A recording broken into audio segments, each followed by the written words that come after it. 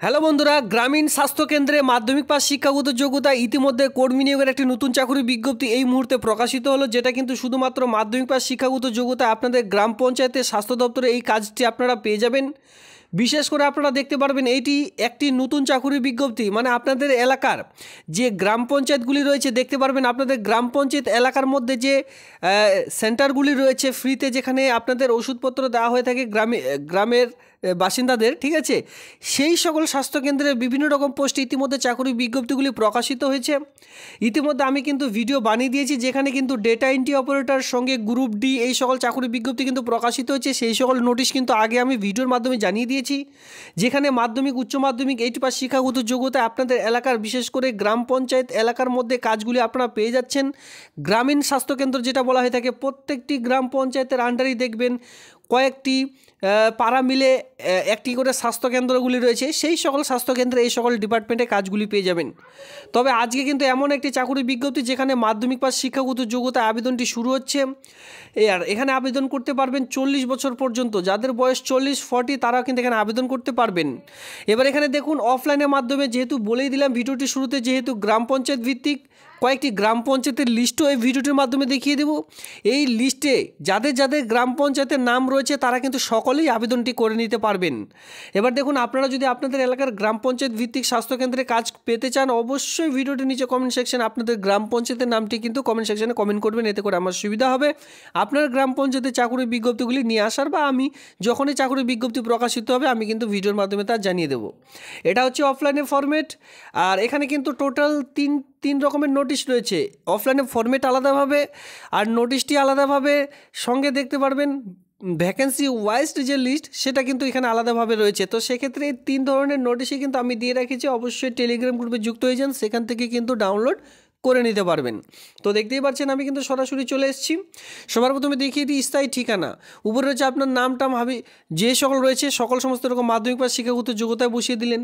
এরপরে যেটা রয়েছে স্থায়ী ঠিকানা, এখানে আপনার গ্রাম, এরপর আপনার পোস্ট অফিস, আপনার থানা, আপনার গ্রাম পঞ্চায়েতের নামটি অবশ্যই দিতে হবে, যেহেতু আপনি গ্রাম পঞ্চায়েত এলাকার যেহেতু একটি চাকুরি, সেক্ষেত্রে আপনার গ্রাম পঞ্চায়েতের নামটি এখানে বসিয়ে দিতে হবে, খুব সুন্দর করে বসাবেন পরিষ্কারভাবে। এরপরে দেখতে পাচ্ছেন আপনার কোন ব্লকের আন্ডারে বসবাস করছেন, কোন জেলার বাসিন্দা, পিনকোড নাম্বার দিয়ে দিলেন। এরপর বলা যে আপনার যে জন্ম তারিখ, যেহেতু বলেছি যে যাদের কিন্তু 8 পাস রয়েছে তারা এই নোটিশটিতে অন্তত আবেদন করতে পারবে না, এখানে কিন্তু মাধ্যমিক পাশে আবেদনটি করতে হচ্ছে। 8 পাসের এর আগের নোটিশটি আপনাদের দেখতে হবে, যেখানে 8 পাস রয়েছে, বিএ পাস শিক্ষাগত যোগ্যতা রয়েছে, ডেটা এন্ট্রি অপারেটর, 8 পাসে রয়েছে গ্রুপ ডি, যেটা স্বাস্থ্য দপ্তরে আমি কিন্তু চাকরি বিজ্ঞপ্তি অলরেডি দেখিয়ে দিয়েছি। তো এখানে দেখুন, এখানে বলা হয়েছে জন্ম তারিখ যে বসাবেন, এটা কিন্তু মাধ্যমিক পাসের যে অ্যাডমিট কার্ড রয়েছে সেটা দেখে দেখে ডেট মান্থ ইয়ার বসিয়ে দিলেন। এরপরে বলা হয় যে আপনি কোন জাতির অন্তর্গত, তপশিলি জাতি, উপজাতি নাকি সাধারণ। যদি আপনার এসসি হয়ে থাকেন আর যদি আপনার কাছে কোনো রকম কাস্ট সার্টিফিকেট না থেকে থাকে, তাহলে কিন্তু আপনাদের সাধারণে ক্লিক করতে হবে। আর যাদের কাছে সার্টিফিকেটগুলি রয়েছে এসসি এসটি, তারা কিন্তু এখানে তপশিলি জাতি, উপজাতি, এসটি মানে উপজাতি, এসসি মানে তপশিলি জাতি, এই ঘরগুলিতে রাইট চিহ্ন দেবেন। এরপরে দেখতে পাচ্ছেন যে নিচের শিক্ষাগত যোগ্যতা, এই যে শিক্ষাগত যোগ্যতা এখানে আপনারা দেখতেই পারবেন। সবার প্রথমে কি বলা হয়েছে, পরীক্ষার নাম দেখুন, মাধ্যমিক বা তার সমতুল্য। সবার প্রথমে এখানে দিলেন মাধ্যমিক, কত সালে পাস করেছেন মাধ্যমিক সেটি দিলেন, উত্তীর্ণ না অনুত্তীর্ণ, মানে পাস করেছেন না ফেল করেছেন, যারা পাস করেছেন অবশ্যই উত্তীর্ণ লিখবেন। এরপরে বোর্ড কাউন্সিল, আপনি যে বোর্ডের আন্ডারে পাস করেছেন, স্কুল বোর্ডের আন্ডারে করে থাকলে WBBSE যেটা শর্ট ফর্মে হয়ে থাকে সেটা আপনারা বসিয়ে দিলেন। এরপরে দেখতে পাচ্ছেন প্রাপ্ত নাম্বার, এই যে মোট নাম্বারটি রয়েছে, মানে মাধ্যমিক আপনি আপনার টোটাল কতর মধ্যে পরীক্ষা ছিল, মাধ্যমিকে যাদের 700 লিখবেন, 800 হলে 800, 600 হলে 600 লিখবেন। লেখার পর এই যে 700-র মধ্যে আপনি প্রাপ্ত নম্বর মানে কত পেয়েছেন সেটা বসিয়ে দিলেন। এখানে যদি আপনি 500 পেয়ে থাকেন, 700-র মধ্যে 500 দিয়ে দিলেন। এরপর দেখতে পাচ্ছেন শতকরা নম্বর, মানে পার্সেন্টেজের কথা উল্লেখ করা হয়েছে, এখানে আপনারা সেই আপনার যে পার্সেন্টেজটি সেটি ক্যালকুলেট করে বসিয়ে দিলেন। এরপর এখানে বলা হয়েছে যে এখানে আপনারা যে কয়েকটি ডকুমেন্টস অবশ্যই অ্যাটাচ করবেন, এখানে অবশ্যই আপনাদের লিখতে হবে। এখানে 3টে ডকুমেন্টস কিন্তু চাওয়াই হয়েছে, যেমন মাধ্যমিক বা সমতুল্য পরীক্ষার যে মার্কশিট রয়েছে তার স্বপ্রত্যয়িত জেরক্স, মানে মাধ্যমিকের যে রেজাল্টটি রয়েছে আপনার কাছে, সঙ্গে সার্টিফিকেটটি রয়েছে, এই দুটো কিন্তু অবশ্যই এখানে দিতে হবে, 1 নম্বর পয়েন্টে বলা হয়েছে। এরপরে বলা হয়েছে মাধ্যমিক পরীক্ষা বা তার সমতুল্য পরীক্ষার অ্যাডমিটের জেরক্সও কিন্তু দিতে হয়। মানে বুঝতে পেরেছেন, মাধ্যমিকের যে ডকুমেন্টসগুলি রয়েছে আপনার কাছে, সবার প্রথমে অ্যাডমিট, এটা অবশ্যই প্রোভাইড করবেন, এর সঙ্গে রেজাল্ট অবশ্যই প্রোভাইড করবেন, এর সঙ্গে সার্টিফিকেট যেটা রয়েছে, মানে এই 3টে ডকুমেন্টসই আপনারা একসঙ্গে প্রোভাইড করে দেবেন সেলফ অ্যাটাস্টেড করে। যখন এই ফর্মটির সঙ্গে জমা করবেন তখন খামটিতে ভরে জমা করবেন। এরপরে ভোটার পরিচয়পত্র কিন্তু এখানে দিতে হবে, নইলে রেশন কার্ড, এই দুটোর মধ্যে যে কোনো একটি কিন্তু এখানে দিতেই হবে। তো আপনাদের অনেকের কাছে ভোটার কার্ড রয়েছে, সেই ভোটার কার্ডটি এখানে দিতে পারেন। এরপরে ধরুন আপনার কাছে কাস্ট সার্টিফিকেট রয়েছে, কোনো যদি কাজের অভিজ্ঞতা থেকে থাকে গ্রাম পঞ্চায়েত এলাকার মধ্যে, সেই সকল এখানে অ্যাটাচ করে দিলেন এক এক করে, এখানে অলরেডি পয়েন্ট দেওয়া রয়েছে।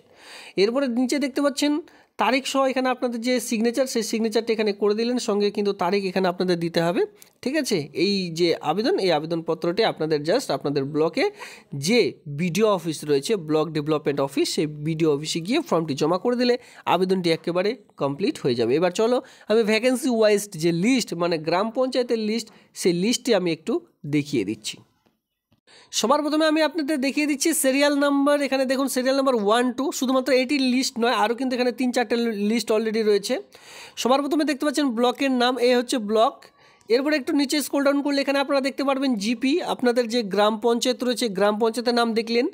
এরপরে আরও কিন্তু লিস্ট রয়েছে। তো আপনারা বলবেন এইভাবে লিস্টটা কেন দেখাচ্ছেন? দেখুন এইভাবে করে রিক্রুটমেন্টের বিজ্ঞপ্তিটা প্রকাশিত হয়েছে অফিসিয়ালিভাবে, আপনাদের একটু মোবাইলটি ব্যাখ্যা করেই দেখতে হবে। ঠিক আছে, এরপরে আরও চলে আসুন, এখানে আরও রয়েছে। দেখুন এখানে গ্রাম পঞ্চায়েতের নাম অলরেডি রয়েছে, সবার প্রথমে ব্লক, এরপরে দেখতে পাচ্ছেন গ্রাম পঞ্চায়েতের নাম।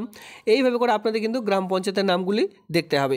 এই ভ্যাকেন্সির লিস্ট বলে রেখেছি, নোটিফিকেশনের লিস্ট, সঙ্গে অ্যাপ্লিকেশনের লিঙ্ক, তিনটেই কিন্তু টেলিগ্রাম গ্রুপে প্রোভাইড করা রয়েছে। অবশ্যই টেলিগ্রাম গ্রুপ ভিজিট করুন।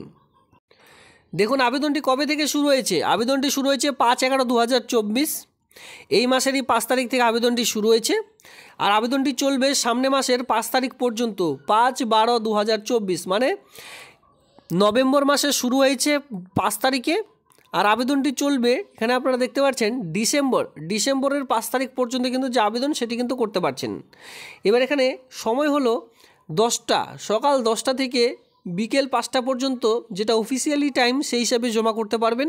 হয়তো 5টার সময় গেলে আপনাদের কিন্তু সেই ফর্ম জমা নেওয়া আর হবে না, 5টা দেওয়া রয়েছে কিন্তু জমা হয়তো নেবে না, কারণ আছে, কারণ তারা সেই সময় বাড়ি যাওয়ার মুখে থাকে, সেক্ষেত্রে তারা কিন্তু সেই টাইমে নিতে তাদের কিন্তু অনেক বাধা থাকবে। তো সেক্ষেত্রে আমি আপনাদের বলবো অফিসিয়ালি টাইম যেটা বলা আছে তার থেকেও আপনারা কিন্তু 11টা থেকে যদি 4টা পর্যন্ত যান, তাহলে কিন্তু অবশ্যই ফর্মটি জমা করতে পারবেন। তবে অবশ্যই আগে থেকে নির্ভুলভাবে ফর্মটি নিজের দায়িত্বে আপনারা কিন্তু জমা করবেন, কারণ কি সেখানে যদি কোনো ডকুমেন্টস ছাড়াও পড়ে, সেক্ষেত্রেও কিন্তু ফর্মটি জমা নিয়ে নেবে তারা। কিন্তু জমা নেওয়ার পর পরবর্তীতে যখন দেখবে যে এই ডকুমেন্টস বা মেন যে ডকুমেন্টসটির প্রয়োজন সেটি আপনার কাছে সেই খামের মধ্যে নেই, সেক্ষেত্রে আপনার পুরো ফর্মটি কিন্তু রিজেক্ট করে দেওয়া হবে। ঠিক আছে, তো সেক্ষেত্রে একটু দেখে শুনে বুঝে ঠিকঠাকভাবে ডকুমেন্টসগুলি নিয়ে যাবেন। চলে আসবে এখানে শিক্ষাগত যোগ্যতা, অন স্ক্রিনে দেখতে পাচ্ছেন শিক্ষাগত যোগ্যতা শুধুমাত্র মাধ্যমিক, অন স্ক্রিনে বলেই দিয়েছি। বয়সের প্রমাণপত্র হিসাবে আপনাদের মাধ্যমিকের ডকুমেন্টস লাগবে অবশ্যই, যেহেতু গ্রাম পঞ্চায়েত, সেক্ষেত্রে সেই যে সকল গ্রাম পঞ্চায়েত দেখিয়ে দিলাম সেই সকল গ্রাম পঞ্চায়েতে যদি স্থানীয় বাসিন্দা হয়ে থাকেন তারপরে আবেদন করতে পারবেন, নইলে কিন্তু আবেদন করতে পারবেন না। এখানে কিন্তু পুরো ডিটেলসের কথা উল্লেখ করা রয়েছে, আপনারা একটু দেখে শুনে বুঝে তারপর ঠিকঠাকভাবে আবেদনটি করবেন। যেখানে আমি আপনাদের বলে রাখছি, এখানে আবেদন করার জন্য আপনাদের যে যোগ্যতা সেটা আপনার বলে দিয়েছি। এবার যারা জেনারেল মেয়েরা রয়েছেন, বিধবা, বিবাহিত বা আইনগতভাবে বিবাহ বিচ্ছিন্ন মহিলারা রয়েছেন, তারাই শুধুমাত্র এখানে আবেদন করতে পারবেন। 30 থেকে 40 বছরের মধ্যে আপনাদের কিন্তু বয়স লাগবে জেনারেলদের ক্ষেত্রে। এবার যারা তপশিলি জাতি মানে SC STরা রয়েছেন, তারা কিন্তু 22 বছর থেকে 40 বছরের মধ্যে আবেদনটি করতে পারবেন। এখানে আপনাদের বিশেষ সুযোগ কিন্তু এখানে দেওয়া হয়েছে, বয়সের ছাড় এখানে আর পাবেন না, জাস্ট এখানে 22 থেকে 40-এর মধ্যেই বয়স এখানে হতে হবে, তাহলে আবেদনটি করতে পারছেন। এটা কোন পোস্টের জন্য? আশাকর্মী নিয়োগের একটা নতুন চাকরির বিজ্ঞপ্তি, যেটা আপনাদের গ্রাম পঞ্চায়েতে হেলথ সেন্টার যে রয়েছে, একদম গ্রাম পঞ্চায়েত সংলগ্ন যে সেন্টারগুলি রয়েছে, সেই সকল সেন্টারগুলিতে কাজগুলি পেয়ে যাবেন। ইতিমধ্যে যে সকল গ্রাম পঞ্চায়েতে এই সকল চাকরির বিজ্ঞপ্তি এখনও পর্যন্ত প্রকাশিত হয়নি, সেই সকল যোগ্যতায় কিন্তু এখানে চাকরির বিজ্ঞপ্তিগুলি প্রকাশিত হচ্ছে। ইতিমধ্যে এখানে কিন্তু ছেলেদের জন্য কোনো পোস্ট নেই, তবে বলে রাখি ইতিমধ্যে ছেলেরা যদি বিশেষ করে গ্রাম পঞ্চায়েতে যেই স্বাস্থ্যকেন্দ্রের কথা বললাম, এখানে যদি আবেদন করতে চান, ইতিমধ্যে কিন্তু এর আগে কিন্তু 2টো ভিডিও আমি দিয়ে দিয়েছি, সেই ভিডিওগুলি দেখে নিতে পারেন। এই হচ্ছে আজকের এই ভিডিওটি ভালো লাগলে অবশ্যই ভিডিওতে লাইক করবেন। এমনই নিত্য নতুন ভিডিও সবার আগে দেখবার জন্য চ্যানেলটিকে সাবস্ক্রাইব করতে অবশ্যই সঙ্গে থাকবেন। ধন্যবাদ।